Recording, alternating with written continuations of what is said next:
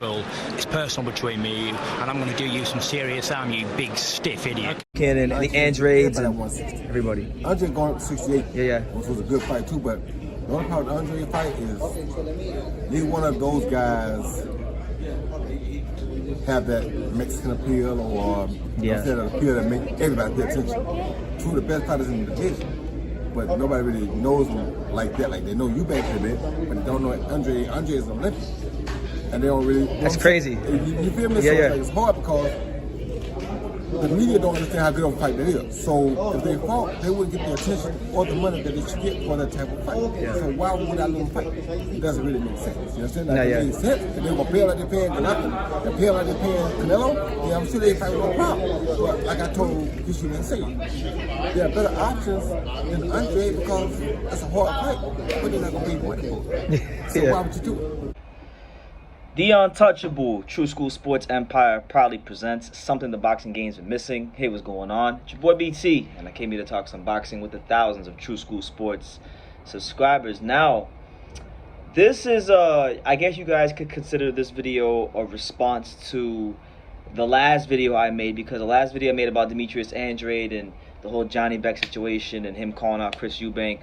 You know, I had a lot of people in my comments that were calling me a turncoat.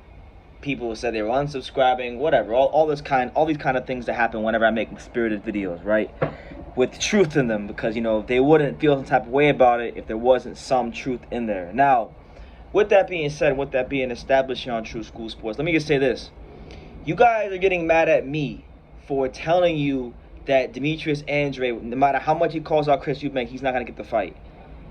You guys are getting mad at me for saying this, right? But see, what some of you guys fail to remember or understand is that when you talk to me, you're not talking to like one of these other channels out here who, you know, they just make videos at their house and they don't go nowhere and they don't have any connection in the boxing world. When you talk to me, you're literally talking to a source on boxing, an authority on the sport of boxing, you know what I'm saying? Someone that actually has validity, especially when you talk about certain fighters, which I actually have connections to, you know? So with that being said, I interviewed Roy Jones Jr., Chris Eubank's own trainer, just this past year. Roy Jones Jr., the great Roy Jones Jr., the incomparable Roy Jones Jr. For those of you who really follow this channel, you may remember I interviewed Roy Jones Jr. earlier this year. And when I interviewed Roy Jones Jr., one of the things I asked him about was, why does he feel like Andrade can't get these fights? Why does he feel like, you know, the politics of boxing gets in the way of these fights? And I asked him the question, and I framed it in such a way where not only did I ask that, but I asked him about, you know, is he going to fight? Would Chris Eubank ever consider fighting him? Would that ever be an option? And he pretty much told you, as you guys saw in the beginning of this video, he pretty much told you that Chris Eubank Jr. is not going to fight him. Andrade is not a realistic, viable option for Eubank. Now, we can sit here, we can cry, we can complain, and we can moan. But when people tell you who they are, you believe them, okay? Believe them. When people tell you what they're going to do, believe them. Because the reality is, why would Eubank fight Andrade when he's going to get beat, no doubt about it, and he's not going to make the kind of money? You know, I'm going to use the argument you guys use for Johnny Beck. You know, if Eubank fights Andrade, he's more than likely going to get beat, and he's not going to make a lot of money, so why would he fight him? You know, just using that logic. Roy Jones Jr. already told this to you guys, but you guys fail to remember. You guys get mad at me. You guys call me the hater, but I'm just speaking from logic. I'm speaking from a place of sanity, clarity, and reasoning, because the reality is, okay, you can sing the same tunes over and over again. You can sit here and say, oh, well, this guy doesn't want to fight him, that guy doesn't want to fight him. Well, okay, that can be true. I don't think that Jamal Charlo wants to fight Demetrius Andrade. I don't think that Canelo wants to fight Demetrius Andrade. I've pressured them. Unlike most of you guys who are bitching in the morning, I've actually pressured these guys in real life, okay? So it's a little bit different when you talk to me, okay? These guys don't want to fight them, and that's only 50% of the equation. The other part of the equation is, you know, what does Boo Boo do? How is Demetrius Andrade in the intermediate period, in the meantime, creating value for himself? You got to ask yourself this one question, all right? And if you could ask you guys this one question, you know, and be honest, then you'll get where I'm coming from. Yes, these guys don't want to fight them, but what is Demetrius Andrade doing to create the demand for these fights to happen? And I know you can sit here and say he's a world champion, that creates the man on its own, but that's not necessarily true. There's a lot of guys who are world champions in boxing that don't necessarily move the needle. I'll give you some examples. Look at a guy like, I don't know, we'll use like, let me see, what weight class? Look at a guy like, I don't know, Josh Taylor, someone like him. Even like a Crawford and Spence. Crawford and Spence really ain't moving the needle like that, because if they were, their fight would have happened already. It would have been signed, sealed, and delivered, but they don't move the needle enough, so they only fight once a year. You know, a lot of guys in boxing get the short end of the stick. And a lot of the reason why I feel like a lot of boxers get the short end of the stick is because a lot of these fighters want everything to be under the right circumstances for them to take fights. They want everything to be in order when they fight. And the reality is that's not how boxing works, and that's not how life works. Sometimes in life, you got to, you may have to work a shit job to get to where you want to get to in life. You may have to work at the crappy pizzeria. You may have to work at the crappy underpaying office job to get to your eventual end goal. But you have to do that to create some value for yourself till you get to that place. You know what I'm saying? So Demetrius Andrade, he wants the big fights. And do I think he deserves the big fights? Yes, I do. But the reality is that the landscape of boxing does not favor him to get those fights. So the only thing that he can control, and that's all he can do in life, is focus on what you can and cannot control. The only thing he can do is control what kind of value and demand is he creating for himself. Is Demetrius Andrade, and listen, I want to clear this up, because a lot of people thought that I'm just mad at Andrade because I tried to get a hold of him for an interview recently and I couldn't do it. No, truthfully, guys, look, please understand something about your boy BT. I have done countless interviews with more fighters than I can count, okay? And more fighters than you can count. So for me, like, I don't really get excited. It takes a special type of situation for me to get excited about a fighter, an interview, you know? I enjoy doing the interviews, but I don't get, like, overly crazy over them because this is what I do. This is what I'm supposed to be doing.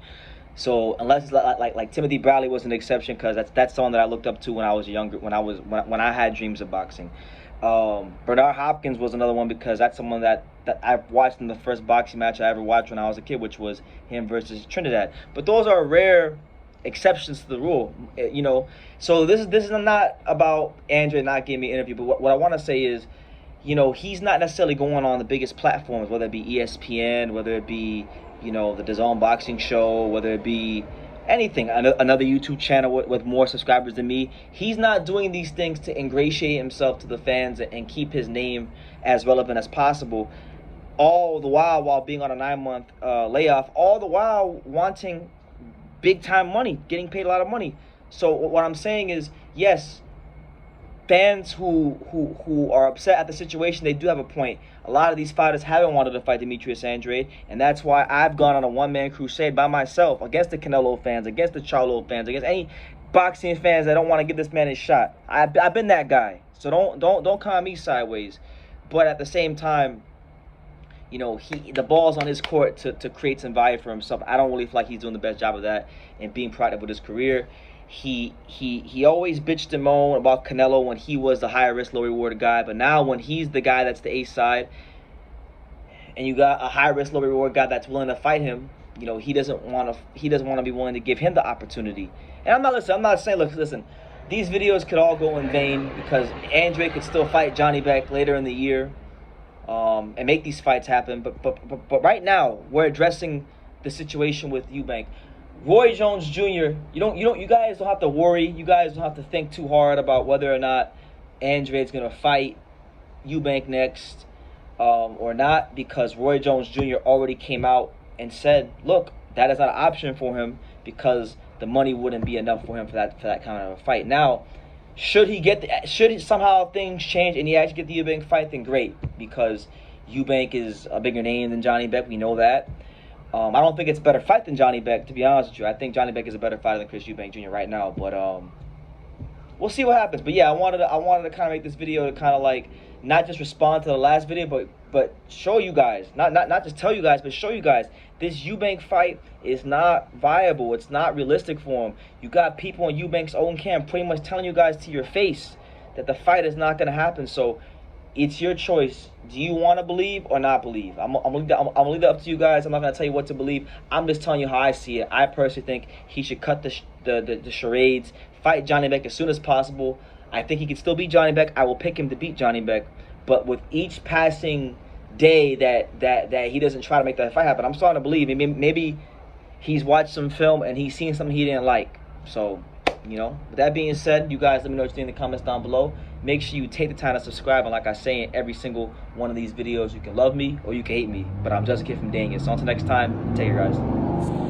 Thank you for watching True School Sports. No, follow this kid. Oh. You know, he's a true, he's a young, true, passionate person who follows boxing. He wakes up thinking about boxing and he goes to sleep thinking about boxing. This is true. Good kid, good man, and looking forward to seeing him everywhere in the boxing world. Hey man, if you ain't subscribed to True School Sports, you fucking up, man. Make sure you subscribe, bro. Fucking up big time. Make sure, man.